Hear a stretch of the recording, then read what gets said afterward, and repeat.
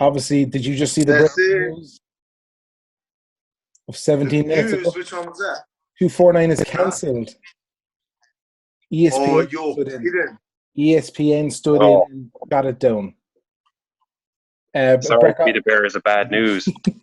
Ariel just tweeted it, and so did Breck Adamo. So, what happened? The ESPN canned it. Yeah, it seems like Disney and ESPN stood in and said, no, we're not covering it, from what I can see here on Twitter.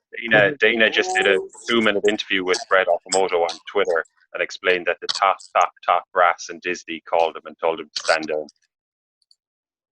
Ooh, far out. Crazy, isn't it? Yeah, so I guess no private island then? Well, that was it. Keane was saying some crazy price of like 700 million he was putting together something like... That Dana confirmed in the interview that the private island is still going ahead. They've put too much money into the infrastructure of the island, so that's going ahead. So you might get a call up. Are you going to go? Mate, I'm training hard enough. I already got a session in the bag. I'm about to finish up with you and go to another session. So I'm keeping fit. But I mean, I'm not obviously not being able to do the proper, like, you know, fighting sort of training, that proper contact sort of training. But I mean, I'm still keeping fit. How is isolation treating you? Man, look, right now, it's, you know, it's still early days, but I mean, we're doing okay. Honestly, like I'm extra motivated at the moment. Don't know what it is, but I'm just getting things done. You know what I mean? I'm getting a lot of sessions, smashing a session. My body feels. This is what I've been saying the last couple of days. Like my body feels like I'm in camp at the end of the week, like hurting. Okay. I don't know whether that's from doing so much. What do you call that type of training? Like, because I'm doing so many, like, I guess in the lounge room, there's only certain exercises you can do. So there's shitloads of push-ups and sit-outs and jump squats and, you know, just so much of that type of stuff that my legs are just cooked. So how does that work? Does your team get together a plan for you and do this, and the nutritionist would say cook this, or like how is that working for you? Oh, well, yeah, I do have a strength and conditioning coach. So it's funny, we're actually in the process right now. I've got people come to the house and they film because they're allowed to film. They come in and film in my home workout. So people are going to be able to train with me and do my actual strength and conditioning program. So they're going to see me doing it and then be able to do the exact program that I do. So yeah, again, I'm known for my you know, my strength and conditioning and, you know, my cardio, my gas tank, and now's a chance for people to have a look at what gets done. So it's going to be cool. So we are getting things done, and we're just trying to do what we can, man, to stay busy. I hear you. And again, I'm going to train no matter what.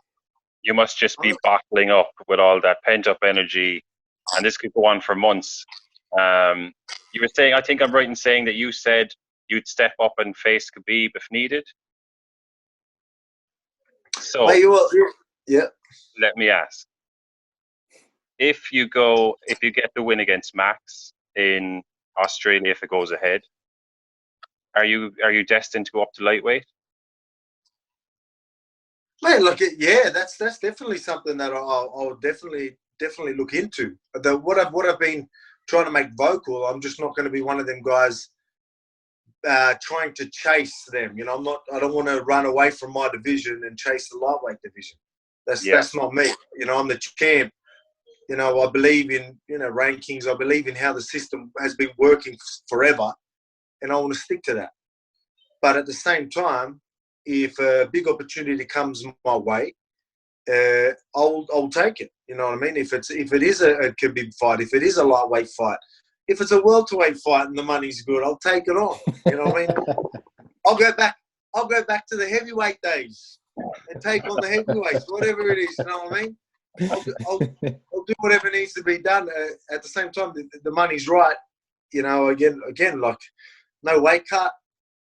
I'll be loving that. You know what I mean? But I mean, at the same time, I want to. If an opportunity like that comes ahead, and I take that on, you know, I'll want to get straight back in there pretty quickly and defend the belt too. I don't want to keep the division holding. I mean, right now I feel bad enough because I've come off an injury, and then because of this whole whole situation, I feel, you know what I mean? Even that's getting to me. I'm like, oh, am I holding the division up? I was like, no, you got a broken hand and we're in a pandemic right now. The like, pandemic, yeah. You know, give yourself a bloody break, you know what I mean? But it's just, that's just how I am, you know what I mean? So if I was to go and, you know, even now start chasing lightweight fights and not defend the belt, say if everything was still going ahead, and then I'm not defending my belt till next year, you know what I mean? That's just not right. That's not how things should be done. You're seeing old Triple Cringe, Triple C going out there and, you know, just chasing everyone but the number one contenders and chasing all different divisions and whatnot. That ain't me. But, you know, again, if that fight comes up, maybe I go down there and shut his little mouth up. We'll see. You'd have to cut off an arm, I'm assuming, to get down that far, though, would you? No, I reckon I could. I reckon I could do it. I honestly reckon I could do it. But again, I'm not going out there chasing these fights. But I reckon I could. Like a good diet. Like I make featherweight pretty easily. Like I only really diet hard the last week, really. So I'm actually eating pretty good all the way till the last week. And then I do a bit of a cut. But I hold a lot of water, so it comes off easy. I reckon I could get down reasonably close. It'd be a big cut. It'd be uncomfortable. It'd be an uncomfortable 8 weeks, but I definitely could do it. So what you're saying is that the headline is going to be Alexander Volkanovski, the first 4-weight world champion in the UFC. Mate, if anyone could do it, I believe it could be me. Hell yeah. Yes. Even when I was... Sorry, go on. Hey? Even when I was a front rower at 97 kg, playing football against these guys twice, I've always held my own. So if let me put on some kgs, I reckon I'll hold my own in the heavyweight division, heavier divisions as well. Again, it's a crazy sport. It can be dangerous, especially with big guys that are twice the size of you. But to be honest, I've been training with guys like that my whole life. So, you know what I mean? I wouldn't be scared. Don't know if it would happen, but I mean, I wouldn't be scared. I'll take it on. 4-time, let's do it. 4-time UFC champ. Let's chase it. I'm not offensive. Let's chase it. Bantamweight to, what is it? Bantamweight to welterweight, is it? To welterweight. Yeah, let's do it. Has UFC talked to you at all about the rematch with Max? Is there any kind of loose idea of when? Is it next year? Well, it was meant to be in Perth. Again, nothing was locked in, but you know, it was pretty clear that that's the fight that was going to happen. See, a lot of people thought it was locked in. It was never locked in. So I was waiting. I wanted that fight. I'm pretty sure Max wanted it, and I know the UFC wanted it, and I know the Australian fans wanted us to headline that card too. So, you know, I wanted to do that for me, for my country, and for that UFC event. So I was all for it. It didn't get locked in, and then all this started happening. So we're waiting to feel it out, see what happens, see if it starts slowing down, and it's not. We're stuck in this for a good 3 months at least, I reckon. So we'll see. So just getting back to the shock of 249 being cancelled last minute. What were your thoughts going into it? Were you in agreement that it should have went ahead? Look, it's such a touchy subject, you know. I like to, if you know me well, you know I like to sit on the fence and because there's going to sit on the fence and don't want to offend, But I mean, to be honest, people want to think it's crazy that they're trying to do it, especially in this pandemic. And I get that. I get why they're saying it. But at the same time, if it's okay in Australia, we've still got tradies still being able to work. We've still got schools running. They're doing whatever they can. So, and then we've still got hairdressers cutting people's hair, dentists still doing, you know what I mean? So if these people can contact each other, make contact, why can't the UFC obviously take real care and cover all obligations and make sure it's done properly, get them tested, know that they're clean, go out there, do their thing, even if they want them, all right, you have to quarantine after, like, do everything that needs to be done, take every precaution and do what needs to be done. I don't see why that's a big deal. And again, I'm still seeing like so many other things that I think is very questionable is perfectly okay. So I think think it would do a bit of the world some good. Give them some sport to watch on the TV. What do you reckon? Absolutely. I just saw a statement here from the California Senator Dianne Feinstein or something that it was going to happen on tribal land. It was going to happen on an Indian reserve. That's what Dana had set up. Takichi Palace. Yeah, and she put a statement on a press release saying that shouldn't happen, and they should reconsider and stuff. I'd say the powers that be just saw that ESPN would be slated if that happened. Yeah, I can see that. Yeah, again, that's what I mean. It's very controversial. You got a lot of people going, hating on them for even trying to organise a fight. But then you got a lot of people that want to see some sport. That can't wait for something to happen again.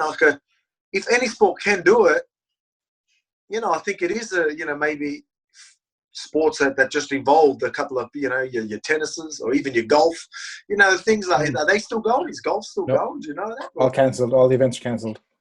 PJ, I don't yeah. They're nowhere near each other. It's just to be seen to be supporting the stay away. I think and the distance and social distancing and stuff. Yeah. So that's it. Look, I think that you can definitely abide by all the rules and then be able to still get some things done. Only certain sports. I know here in Australia, rugby league, they're thinking of getting NRL to keep going. They're thinking of getting the teams their big bubble, and they're going to quarantine themselves throughout the whole season. So we're talking three months away from everybody. All they can do is hang out with each other and no contact with anyone else, so they can keep the sport alive. So you know what I mean? If you are going to get some things done, you need to go to drastic measures to make it happen. And you're going to have to sacrifice. It needs to happen. Not only to cover your ass so you don't cop a public bashing, but not just that.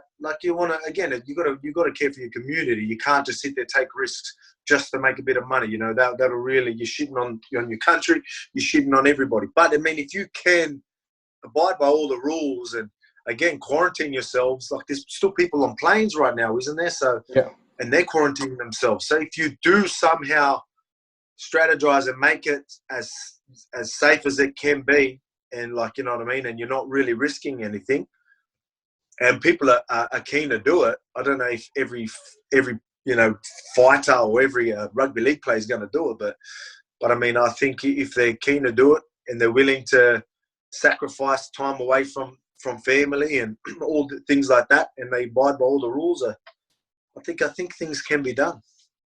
I just think what is it, the fifth time now this fight has been cancelled? Khabib, Tony. It's just call it, lads. I can't see a sixth time. I as a fan, I don't see it.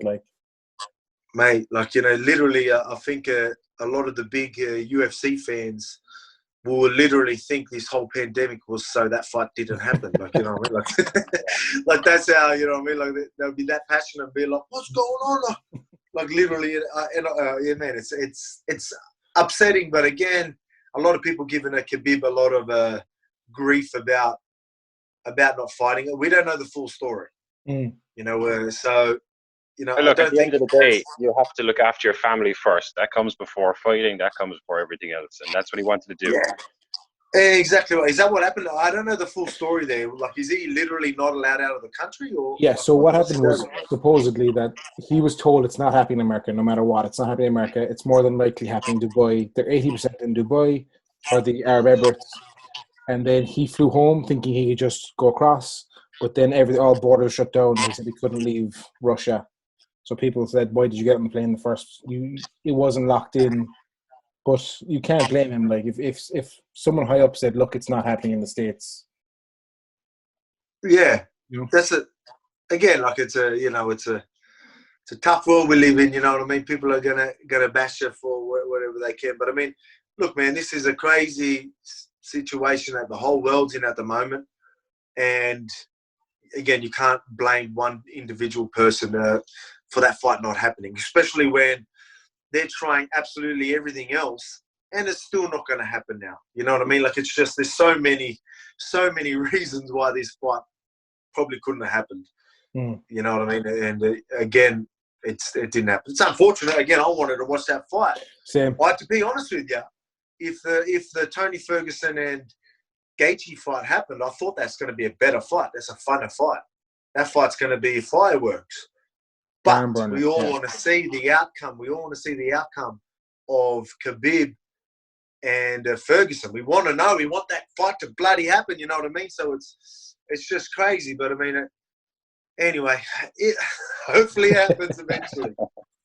Well, before we let you get back to training, the private island's been confirmed to go ahead. If Dana sends a private jet and says, Max is here on the private island, we need you to go for 2 or 3 weeks, you can do your camp here, or even a month, are you going? So you can go do there and do your camp there. See, that's a good idea. If I can take my team over there for a few weeks, you know what I mean? And look, you know what I mean? That'll be my, like, again, since my fight with Max, that'll literally be some of my first sessions, MMA sessions back. But I mean, again, fitness is everything. I believe I know enough. Give me 3 weeks to sharpen my tools. You know, I reckon there's a possibility. Me, I'll say, you know, if you're asking me, I'll say yes, but I need to talk the team into it and that as well. But, you know, I think, mate, this is just how things might be running for a while. So, you know, we have to take everything into consideration. If that happens and that, we're allowed to go there, you know, maybe I have to take a month and a half away from the family, because obviously you're going to have to quarantine yourself straight after that. Yeah. Man, it's definitely a possibility. That comes to me and they give me a private jet. The money's good. I will put it all on the line. Of course. Nice. We appreciate your time, man. No worries. Thank you. Thank you so much. Thanks a million. All the best. Stay safe. Let's see if that private island happens, eh? Hopefully. We're betting on you. All right, then. We'll see you later anyway. Have a good one. Thanks, Chad, for the time. Appreciate it. Thank you. See ya.